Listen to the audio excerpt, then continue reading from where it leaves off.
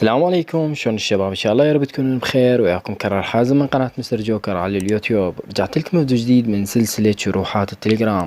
اصدقاء، بهذا الفيديو راح اعطيكم عدة طرق من خلالها تقدرون ترسلون الصور داخل المحادثات على التليجرام بدقات عالية.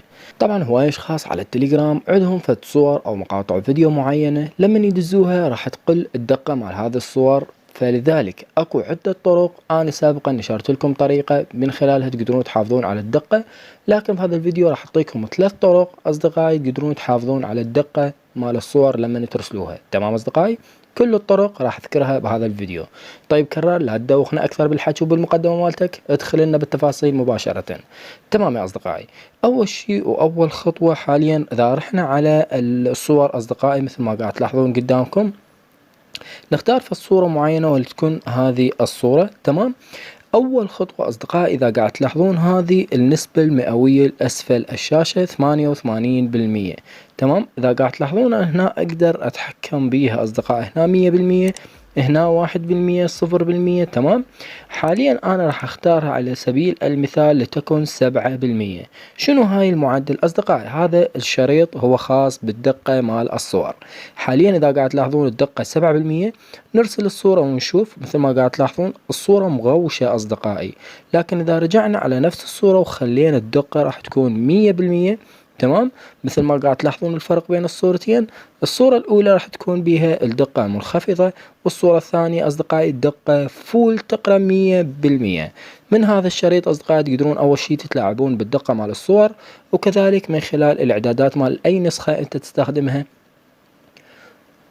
شرط تكون نسخة معدلة. أنا حاليا قاعد استخدم نسخة التليجرام بلس. إذا رحنا على الإعدادات مال النسخة أصدقائي إعدادات بلس، بعد ذلك نروح على الرسائل.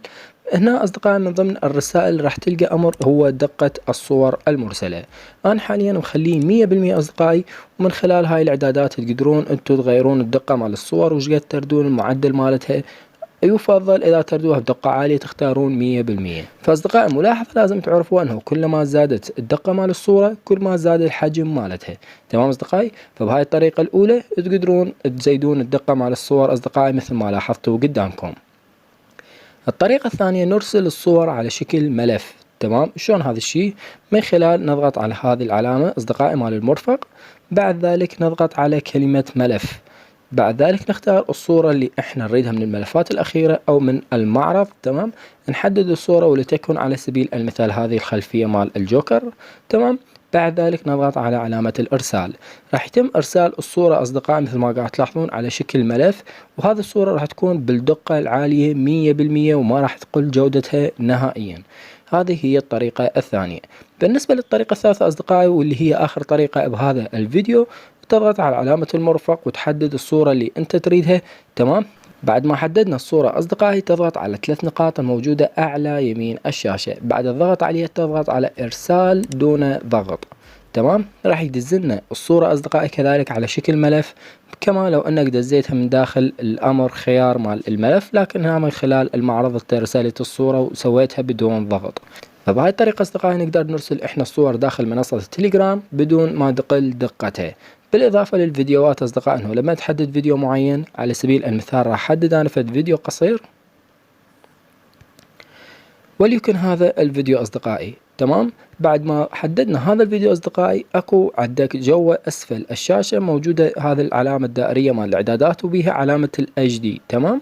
إذا ضغطنا عليها هنا يقول لك دقة أعلى وحجم أصغر. فهنا أصدقائي كل ما زادت الدقة زاد الحجم، وكل ما قلت الدقة قل الحجم. تمام. لذلك يفضل انه تخليه دقة عالية على مود يرسل لك الفيديو بدقات عالية HD فول HD. كذلك أصدقائي بصيغ أخرى أنت تقدر تستخدمها داخل التليجرام. فأصدقائي كل الروابط اللي تحتاجوها موجودة بأول رابط وثاني رابط في صندوق الوصف، وكذلك راح تركن بقناتي على التليجرام. كل الروابط في صندوق الوصف.